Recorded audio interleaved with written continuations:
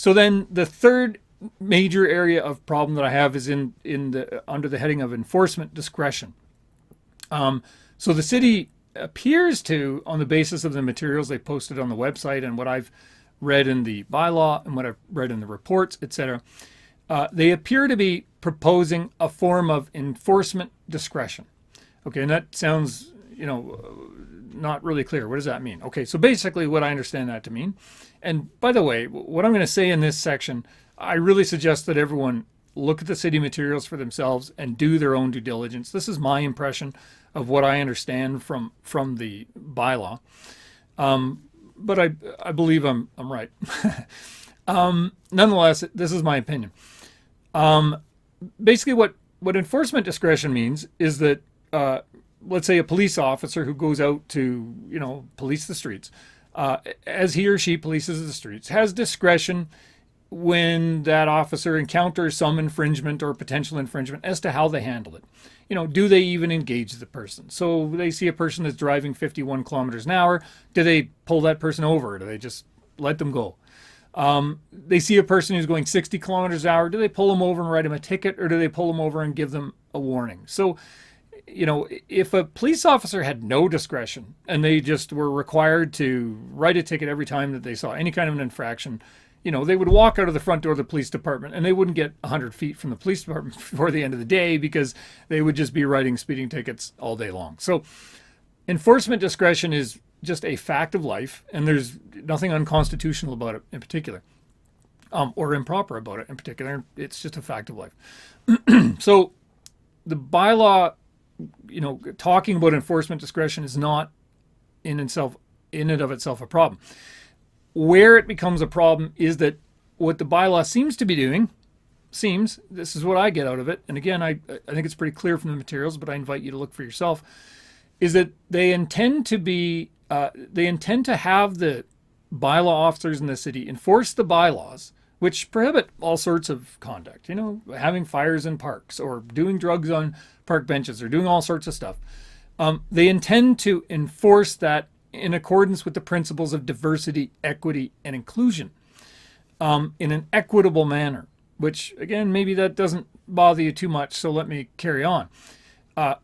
The basic point, as I understand it, is that if they just apply the bylaw to everyone equally, whether you're black or white, or whether you're a Christian or a Muslim, or whether you're gay or straight, then the bylaw is going to have, a systemically discriminatory impact on some equity-seeking groups and not others. So, an example that I've pulled out of the materials is the bylaw prohibits the open use of drugs. One of the reports that goes along to City Council in the materials, again, you can look below at the GBA Plus report, it's called.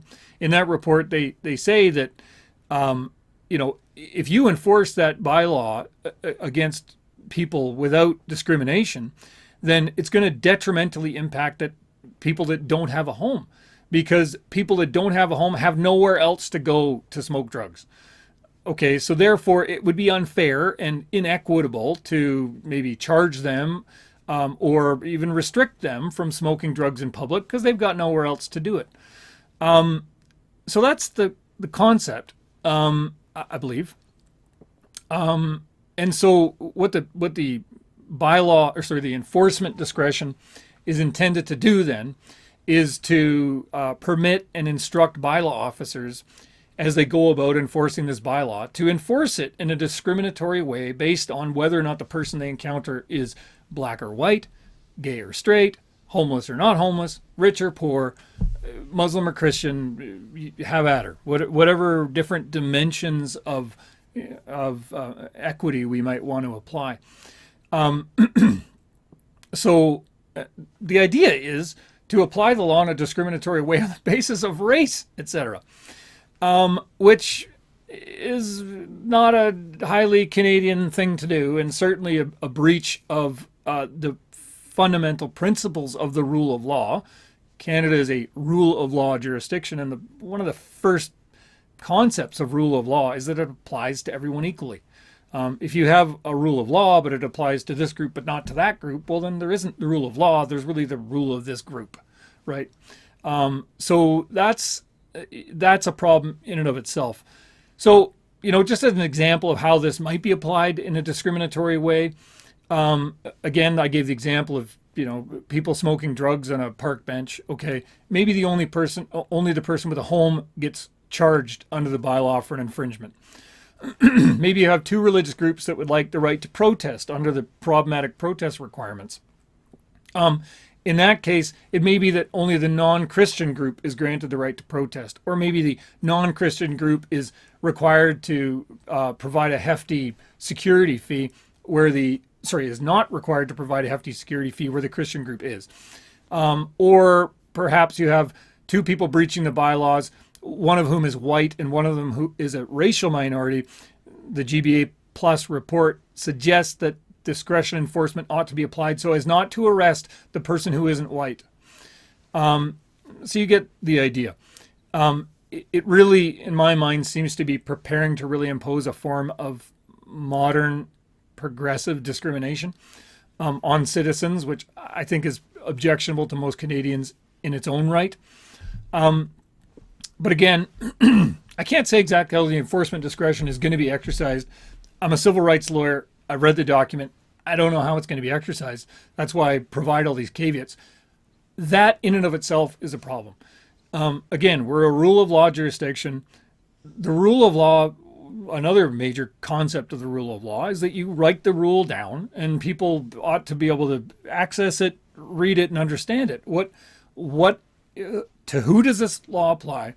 How does it apply? What am I prohibited from doing? And what's going to happen if I don't do it? Those are all requirements of the rule of law.